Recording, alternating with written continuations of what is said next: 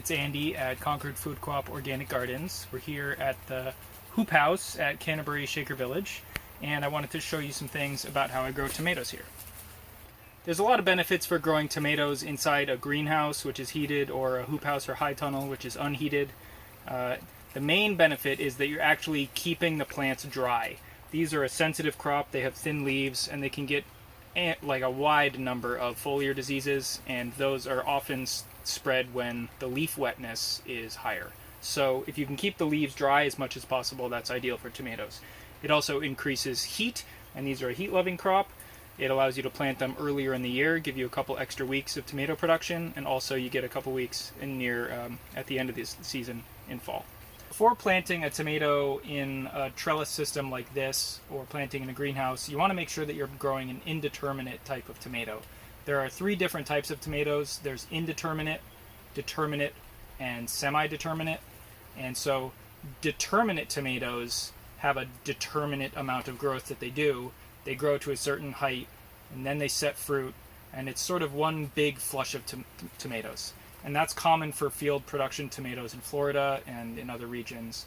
And if you're growing indoors and you want to get continuous production, you want to grow an indeterminate tomato, which continues growing and flowering and growing and flowering and growing and flowering. And these might grow 10, 15, 20 feet in a season if given the right conditions. And semi-determinate is somewhere halfway in between.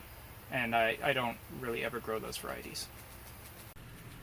This plant is being grown on a 2-liter system, so you can see that there's one main stem coming out of the ground, and all these are grafted, so the graft line is way down there, hard to see. And then coming up here, I've actually let one of the suckers, or one of the vines, grow into another vine. So essentially I'm treating it like 2 plants, but I only had to grow 1 seed. So it's a way of getting more bang for your buck. But when you're trellising vertically like this, I would recommend sticking to either 1 liter or 2 liters. Any more than that, and things are going to get a little crowded and hard to manage.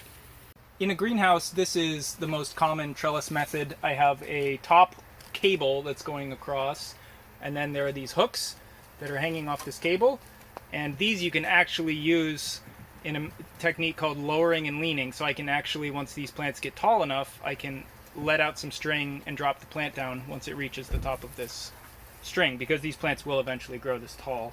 So there's many benefits to trellising tomatoes, the big ones being keeping it off the ground. So this plant can grow tall and stay off the ground where it's going to get eaten by mice and other creatures, and it ensures better airflow this way, so the leaves stay drier and we'll have less incidence of disease. And it also just makes things more orderly and more tidy, so it's easier to find the fruit when they're ripe. And I love growing tomatoes on a trellis system. In a greenhouse, it's going to be common to use a string trellis like this, and in the garden you can get setups like this, or you might be using a cage. Here you can see the normal growth pattern of a tomato. So you'll have the main stem here, and then this is a flower cluster, and every one of those flowers is going to make a tomato if it's properly pollinated. And then we have 1 leaf growing here, 1 leaf, 1 leaf, and then another flower cluster. So there's usually 3 leaves between every flower cluster. And then at the notch that's made between the main stem and the leaf, there's going to grow a new vine, or a sucker. And those are the things that we prune out. Otherwise this thing is going to become just this octopus, this big bush, and it's going to be very, very difficult to manage in the greenhouse. So this is of the size where it's small enough that I can just prune it out with my fingers, just like that. And now that means that we won't have a bunch of extra vines in here to control. This is the tomato clip that I use for trellising my tomatoes. It's pretty common and easy to find. There is this groove in the middle here and a couple cleats that help to clamp this onto the string itself. So the way it works is you attach it to the string and then close it around, and those cleats grab onto the string and it keeps it from sliding up and down. So it's secure on that string. So this plant needs to get brought a little bit closer to the stem. It's starting to grow a little bit tall, and if I don't get on this soon, then it's going to maybe potentially flop over and break the stem. So it's important to do this pretty regularly. I have the clip here is already secured on the string, and I'm just going to put this right under a leaf. So I'm going to choose this leaf that's right below the flower cluster, and you don't want to actually put it under a flower cluster because as the vine grows and shifts, it might actually snap off and then you'll lose your fruit. Also, they're a lot thinner than the leaves, so the leaves provide better support. So I have it up against the string here, and then I'm just going to clip it right under this leaf and lock it in place. And now that vine is more securely held to the string and won't flop all over the place. Every variety has its own growth habit, and this is a type of cherry tomato. Cherry tomatoes can be a bit wilder and more unpredictable than slicing tomatoes. You can see that it's actually growing a sucker off of the end of its flower cluster. So you're going to have to look out for, on some varieties, more unusual growth habits.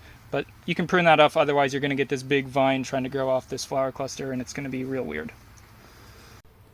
I have the tomatoes connected to drip irrigation, which is also controlled by this drip timer. And this one is special in that you can choose the time of day, and it can be up to 4 different times during the day. So I have this set to water at 9 o'clock, 11, 1, and 3. And the reason I do that is because I want to give my tomatoes just enough water that they need to grow. If you provide the tomatoes too much water all at once, then they're going to store that in their fruit, and that's the most common reason for splitting and cracking. So that's the basics of tomato pruning and trellising, especially in a hoop house. And I'm going to get to doing this whole house today, but I hope you learned something, and I'll see you again soon. If you're in the mood for real food, it's Concord Food Co-op.